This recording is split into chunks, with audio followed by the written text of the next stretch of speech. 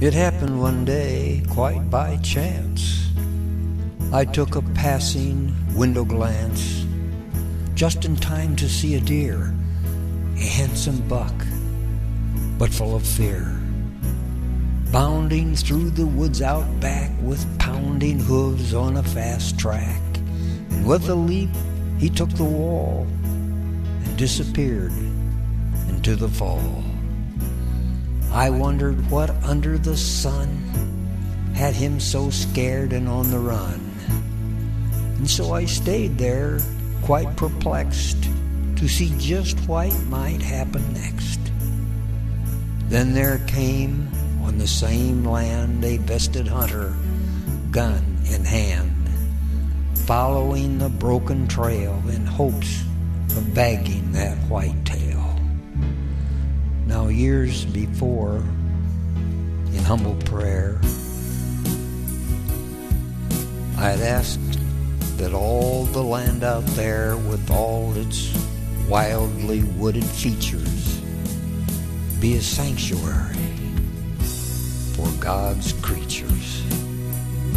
So right then and there I took a stand, reminding God about this land, and asked the shepherd, lead that deer to turn back and take refuge here. I waited at the window glass, and soon the answer came to pass. There came that deer, still swiftly running from the hunter's deadly cunning. One leap, and he had cleared the wall. Then suddenly he seemed to stall. As soon as his hoofs hit the ground, he somehow knew he'd not be found.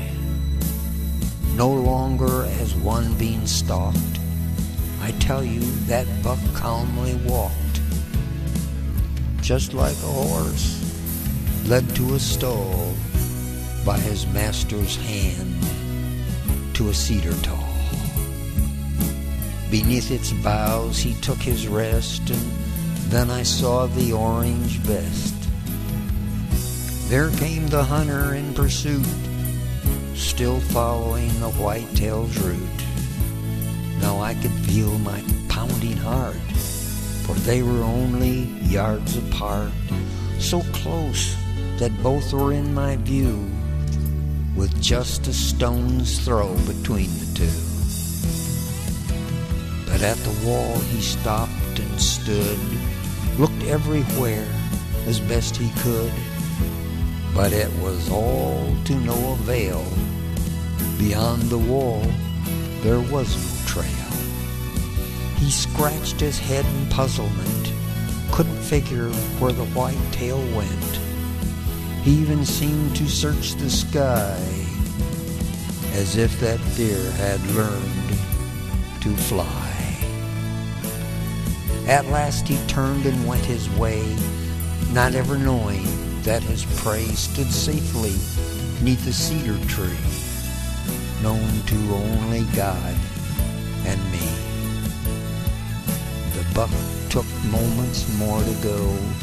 He took a pace, relaxed and slow, and then like them, I went my way. But still I think about that day, when way back on that wild acre, both man and deer had met their maker. For on that ground that they both trod, tracks were covered by the hand of God.